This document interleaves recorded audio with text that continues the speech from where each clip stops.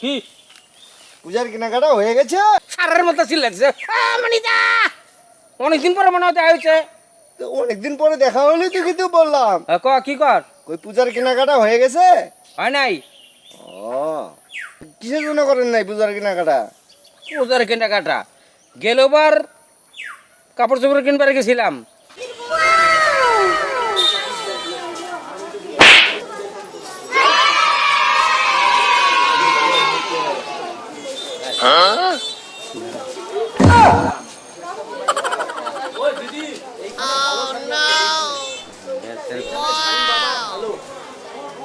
বউ আমার তেজ মেরে দিছে। কেমনি করে তেজ মারলো? হ্যাঁ, কেমনি করিয়া?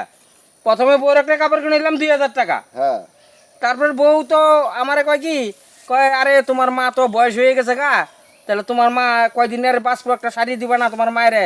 এটা তো ভালো বুদ্ধি দিছে। আমি বললাম না, আমার বউ তাহলে ভালোই, শাশুড়ি চিন্তা করে। হ্যাঁ, তাহলে আমার মার একটা শাড়ি কিনছি। ভালো করছেন। কেনার পরে এবার আমার বউ আমার কি কয় জানোস? হুম। কি গো, আমগো মারে একটা দিবা না?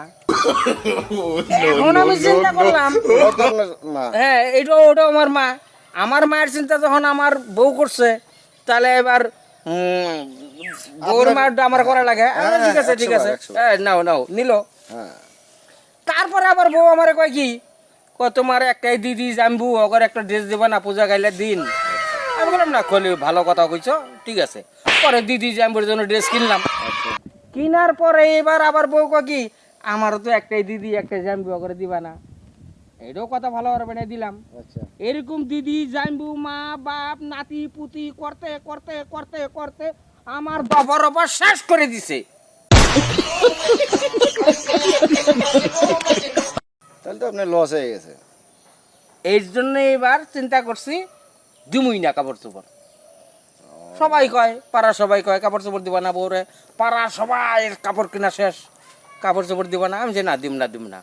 পরে চিন্তা করলাম পূজা গেলে দিন একটা কাপড় যদি বড় না কিনে দেয় কেমন হয়? না, ওটা তো দেওয়াই লাগে। ওরা বড় আর নিয়ে যায় নাই, না নিয়ে যায় কাপড় চোপড় একটা ভালো দেখে একটা 3000 টাকা দাম কাপড় কিনা দিছি। আচ্ছা।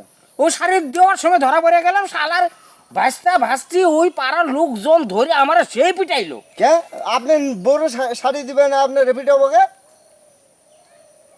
শাড়িটা তো আমার বউরে দেই নাই, অন্য মানুষের বউরে দিছি।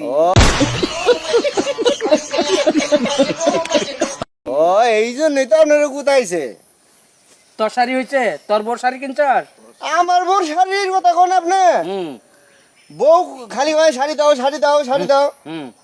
এদিকে তো কামাই কাজ নাই, হাতে নাই পয়সা।